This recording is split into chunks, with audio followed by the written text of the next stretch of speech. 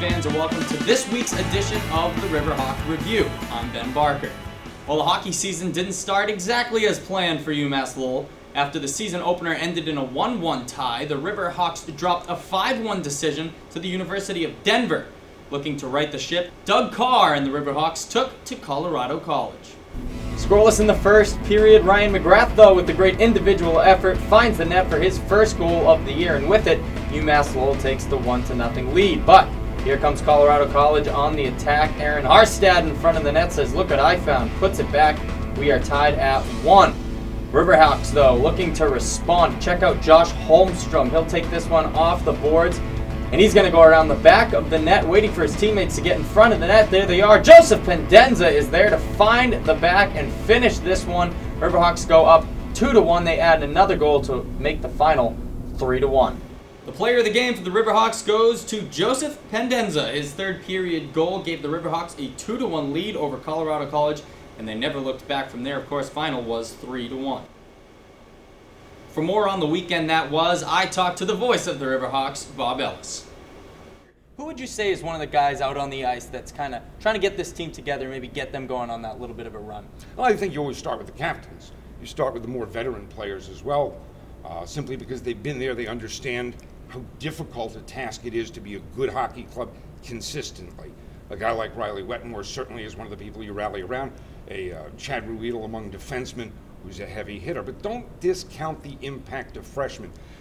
Ryan McGrath had his first collegiate goal, a spectacular dance through the Colorado College defense before roofing the puck upper left corner against a pretty good Colorado College goaltender.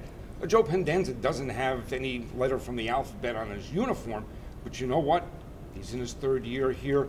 He is a leader, whether he has a letter on the shirt or not. So you've got a variety of, yes, veteran players, experienced players who can provide that leadership. Pendenza had the game-winning goal at Colorado College, doing exactly what we talk about as a point of emphasis, going to the net. Bob Ellis, voice of the UMass Lowell Riverhawks. Thanks for joining us. The pleasure is all mine. Let's jump from the ice to the turf. The field hockey team is looking to gain some momentum before the playoffs. Heading into Thursday's action, only 2 games remained on the regular season schedule. The Riverhawks hope to rebound at home after a tough loss to Merrimack and would look to do so against a team that had lost 3 straight in Assumption College. 37th minute of action, Rachel McCarthy fires one on net. She scores her second goal of the game, 2-0 Riverhawks. Well, we know McCarthy can score, but she can also play some defense. Check out the tenacious D by McCarthy here, not letting that Assumption offense have any room to breathe. And then later on, still 2-0 when Vanessa Kent, with a great individual effort, gets that one to go past the goaltender. And that'll do it. The UMass Lowell Riverhawks win this one 3-0. The goal was Kent's 4th of the season.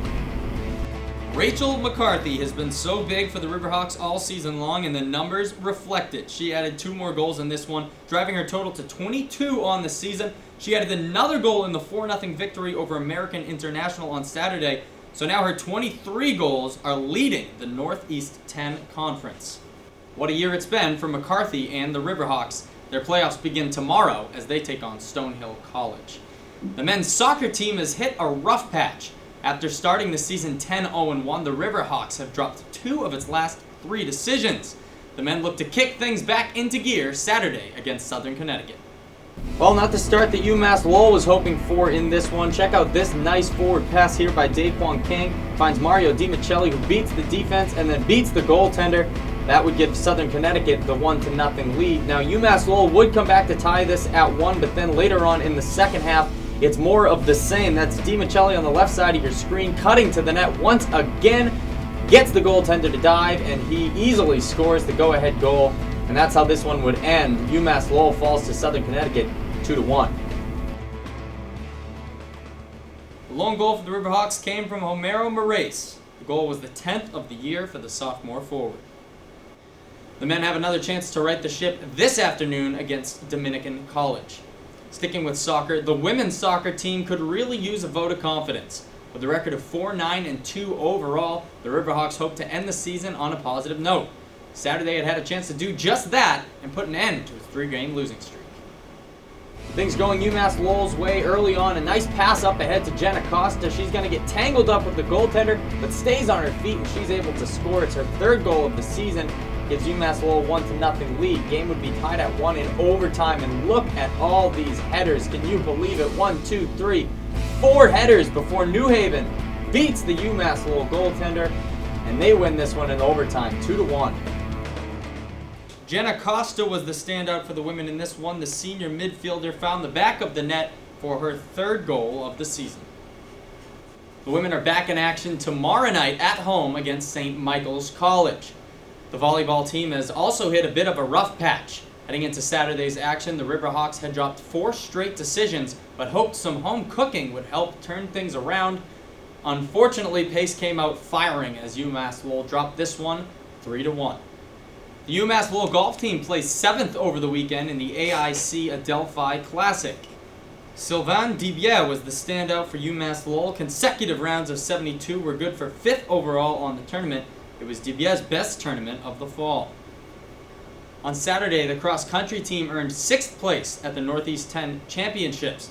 UMass Lowell scored 164 points on the day, but it was Stonehill College taking home the title for the 4th consecutive year. Standouts for the Riverhawks included Kelly Walton and Colleen Kennedy.